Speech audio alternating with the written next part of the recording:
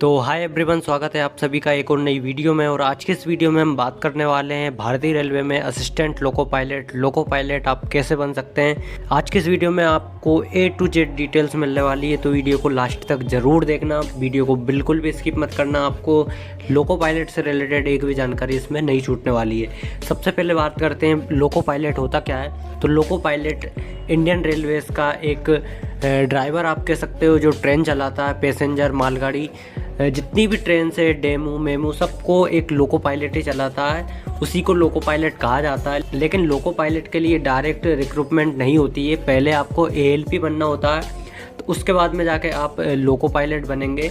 कभी भी direct loco pilot कोई भी नहीं बन सकता है। तो बेसिकली आज के इस वीडियो में हम बात करने वाले हैं कि आप ALP कैसे बन सकते हैं, क्या एग्ज़ाम पैटर्न रहता है, एज लिमिट क्या रहती है, मेडिकल कैसे होता है और क्वालिफ़िकेशन क्या चाहिए। A to Z डिटेल्स आपको आज के इस वीडियो में मिलने वाली है कि आप एक लोको पायलट ALP कैसे बन सकते हैं। तो चलिए बिना टाइम वेस्ट के स्टार्ट करते हैं आज के अपने इस वीडियो को। और दोस्तों, अगर आप रेलवे की तैयारी कर रहे हो किसी भी एग्ज़ाम की, तो आप बिल्कुल सही जगह पे आए हो। आप चैनल को लाइक शेयर एंड सब्सक्राइब करना बिल्कुल ना भूलें, क्योंकि जितनी ज़रूरी आपको स्टडी चाहिए उससे कहीं ज़्यादा आपको एक सही गाइडेंस चाहिए। तो वो आपको कहाँ पे मिल सकती है, वो इस चैनल पे आपको ज़रूर मिलेगी सही गाइडेंस।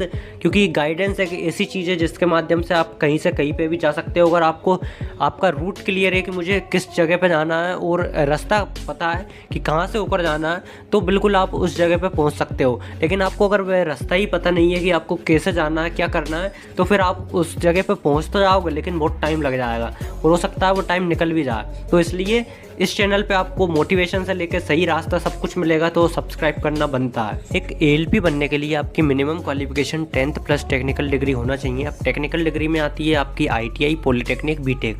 अगर आपने पॉलीटेक्निक और बीटेक किया है, इलेक्ट्रिकल, मैकेनिकल या फिर ऑटोमोबाइल इंजीनियरिंग, इन तीनों में से किसी एक में से आपने इंजीनियरिंग की है, तो आप बिल्कुल ALP के लिए एलिजिबल हो। और दोस्तों, जहाँ से आपने पॉलीटेक्निक या फिर बीटेक किया है वह संस्था AICTE से मान्यता प्राप्त होना चाहिए। इसके अलावा अगर आपने सिविल से या फिर CS से इंजीनियरिंग की है तो आप ALP नहीं बन सकते हो।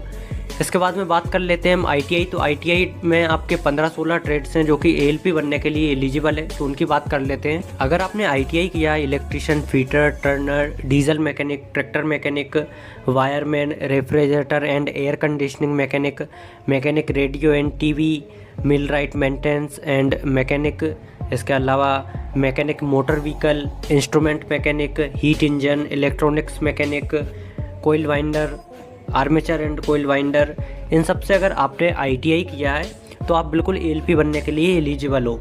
इसके अलावा बात आती है ITI करते हुए आपको ये ध्यान रखना है कि जहाँ से भी आपने ITI किया है वह या तो NCVT या फिर SCVT से मान्यता प्राप्त होना चाहिए, तभी आप ALP बन सकते हो। तो ये तो बात कर ली हमने एजुकेशन क्वालिफ़िकेशन की। इसके अलावा बात करते हैं कि अगर आपने बहुत से लोग क्या क्वेश्चन पूछते हैं कि हमने 12th की है तो क्या ALP बन सकते हैं। तो देखिए, 12th वाले ALP नहीं बन सकते हैं। इसके अलावा अगर आपने ग्रेजुएशन की है तो भी आप ALP नहीं बन सकते हो। इसके लिए आपकी 10th प्लस टेक्निकल डिग्री होना कंपलसरी है।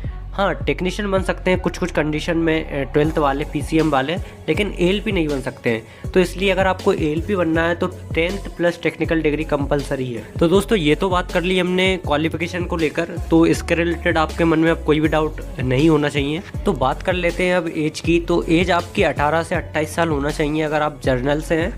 इसके अलावा अगर आप OBC से हैं तो आपको 3 साल का रिलैक्सेशन मिल जाता है। वहीं अगर आप SC ST से हैं तो आपको 5 साल का रिलैक्सेशन मिल जाता है।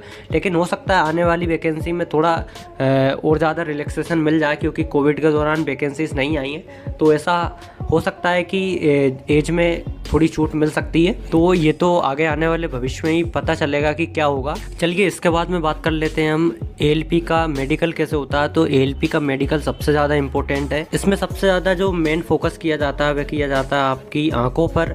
अगर आपकी आंखों में कोई भी दिक्कत नहीं है, आपका विज़न जो है वो 6/6 है और आपको कलर ब्लाइंडनेस नहीं है, आपने कभी लेज़र सर्जरी वगैरह नहीं करवाई है, तो आपको कोई भी दिक्कत इसमें नहीं होने वाली है। इसमें क्या क्या चेक होता है तो मैं आपको बता देता हूँ कि इसमें आपका A1 कैटेगरी का मेडिकल होता है, जो कि सबसे टफ होता है रेलवे में। तो इसमें आता है आपका डिस्टेंस विजन, नियर विज़न, इसके बाद में कलर ब्लाइंडनेस का test, binocular vision, field of vision, night vision, तो ये सब टेस्ट होते हैं इसमें। आपका A1 कैटेगरी का जो मेडिकल होता है, तो इसमें आपको सबसे ज़्यादा ध्यान अपनी आइज़ पर ही देना है। अगर आपकी आइज़ सही है तो आपको कोई भी दिक्कत आगे चलकर नहीं होगी ALP के मेडिकल में।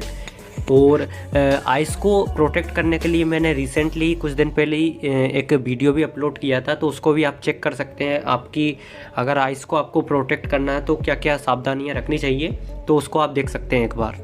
बात कर लेते हैं एग्ज़ाम पैटर्न को लेकर। तो इसमें सबसे पहले होता है आपका CVT 1, जैसे कि प्री के नाम से भी आप जान सकते हो। इसमें आपको 60 मिनट का समय मिलता है और इसमें 75 क्वेश्चंस आपको सोल्व करने रहते हैं। MCQ टाइप का ये CVT कंप्यूटर बेस्ड टेस्ट होता है। इसके बाद में होता है दोस्तों आपका CVT 2, जिसे कि आप मेंस के नाम से जान सकते हो। और इसमें आपके 2 पार्ट होते हैं, पार्ट A और पार्ट B। तो पार्ट A में आपको समय मिलता है 90 मिनट का। इसमें क्वेश्चंस रहते हैं आपके 100। इसके आधे घंटे बाद ही आपका पार्ट B हो जाता है, जो कि आपका टेक्निकल रहता है, जिसमें कि जो भी आपने टेक्निकल ट्रेड सेलेक्ट किया है उसका एग्ज़ाम होता है, जिसमें कि आपको 60 मिनट का समय मिलता है और 75 क्वेश्चंस रहते हैं। इसमें आपका क्वालिफाइंग मार्क्स रहता है 35% आपको लाना रहता है, यानी कि 27-28 नंबर आपको इसमें लाने रहते हैं। इसमें किसी भी कैटेगरी के कैंडिडेट को कोई भी रिलैक्सेशन नहीं मिलता। ये सिर्फ क्वालिफाइंग एग्ज़ाम होता है, इसमें आपको क्वालिफाई करना होता है। अगर इसमें आप क्वालिफाई नहीं करते हो तो आप फिर वहीं डिस्क्वालीफाई हो जाओगे, इसलिए इसमें क्वालिफाई करना बहुत ही इम्पोर्टेंट है। और इसमें मेरिट लिस्ट का कोई भी लेना देना नहीं है, ये सिर्फ क्वालिफाइंग एग्ज़ाम होता है। इसके बाद में बात कर लेते हैं CVT 1 और CVT 2 की नेगेटिव मार्किंग की। तो इसमें आपको 1/3 रेशियो की नेगेटिव मार्किंग भी देखने को मिलती है। और इसके बाद में होता है दोस्तों आपका CVT 3, जिसे कि साइको टेस्ट के नाम से भी जाना जाता है। इसमें आपकी 5 बैटरीज रहती हैं, जिनमें कि आपको हर बैटरीज में 42 मार्क्स लाना रहता है। 42 से ऊपर ही लाना रहता है, तभी आप क्वालिफाई कर पाओगे। इसमें कोई भी रिलैक्सेशन नहीं रहता है, ना ही इसमें कोई नेगेटिव मार्किंग रहती है। तो साइको टेस्ट भी बहुत ही महत्वपूर्ण होता है ALP कैंडिडेट्स के लिए, क्योंकि इसमें क्वालिफाई होना बहुत ही ज़रूरी है। और बहुत से कैंडिडेट्स यहाँ पर हट जाते हैं, तो साइको टेस्ट को भी हल्के में नहीं लेना चाहिए। तो ये तो हमने बात कर ली तीनों की। अब इसमें बात आती है कि मेरिट लिस्ट कहाँ से बनती है। तो मेरिट लिस्ट बनती है आपकी CVT 2 के पार्ट A और साइको टेस्ट से। आपका CVT 2 का पार्ट A, जिसकी कि आपकी 70% रहती है, और साइको टेस्ट जिसकी कि आपकी 30% रहती है। इन दोनों को मिला के ही आपकी जो मेरिट लिस्ट है वो तैयार होती है और आपके मार्क्स तैयार होते हैं। तो इन तीनों एग्ज़ाम होने के बाद में जिन लोगों का मेरिट लिस्ट में नाम आ जाता है, उनका फिर होता है मेडिकल, एंड मेडिकल के बाद में होता है फिर DV डॉक्यूमेंट वेरिफिकेशन। तो अब बात कर लेते हैं सिलेबस को लेकर। तो सिलेबस में CVT 1 में आपको 4 सब्जेक्ट पढ़ना रहता है, जिसमें कि आपका मैथ्स, रीजनिंग, GS और करंट अफेयर्स आता है। ये चारों सब्जेक्ट को पढ़ने के बाद आप CVT 1 को आराम से निकाल सकते हैं। इसके बाद में बात आती है अब CVT 2 की। तो CVT 2 के पार्ट A के लिए आपको फिर 4 सब्जेक्ट पढ़ना रहता है, जिसमें कि मैथ्स, रीजनिंग, और इसमें GS को हटा के आ जाता है बेसिक साइंस एंड इंजीनियरिंग और करंट अफेयर्स। ये आपके पार्ट A के लिए हो गए। पार्ट B के लिए आपको ट्रेड टेस्ट की बुक पढ़ना रहता है, जिसमें कि आप ट्रेड से रिलेटेड थ्योरी पढ़ सकते हो।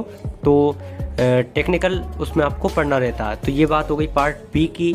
और अब बात आती है साइको टेस्ट की। तो साइको टेस्ट की तैयारी आप अभी से ना करें, कोई दिक्कत नहीं है। जब भी वैकेंसी आएगी उसके बीच में, मतलब साइको टेस्ट के बीच लिए टाइम मिलता है, तो आराम से आप 15 से 20 दिन या फिर ज़्यादा से ज़्यादा 1 महीने में इसकी तैयारी कर सकते हैं। तो साइको टेस्ट की तैयारी तो आप उसी समय पे आराम से कर लेंगे 1 महीने में, उसमें कोई भी दिक्कत आपको नहीं आएगी। आपको तैयारी करना है अभी CVT 1 की और CVT 2 की। मैं कहूँगा कि आप CVT 2 की तैयारी करो, जिससे कि आपका प्री तो आराम से क्लियर हो जाएगा, क्योंकि मेंस की तैयारी करोगे तो प्री तो आराम से क्लियर हो ही जाएगा। तो ओवरऑल ये सब हमने बात कर ली एक ALP कैसे बन सकते हैं। और अब मैं बता देता हूँ कि वैकेंसी कब आने वाली है। तो वैकेंसी का भाई ऐसा है कि किसी को कुछ भी पता नहीं है कब आएगी।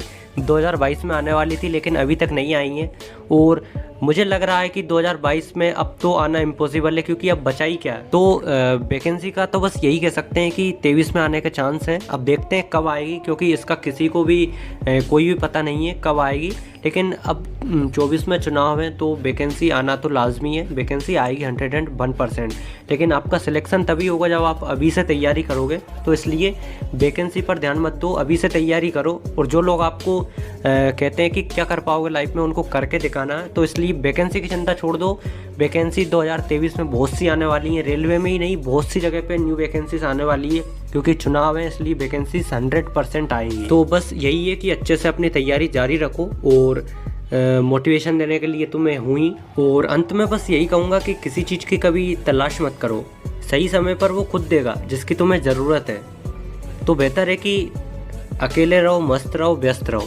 ठीक है, मिलते हैं किसी नई वीडियो में नए टॉपिक के साथ। तब तक के लिए जय हिंद, वंदे मातरम।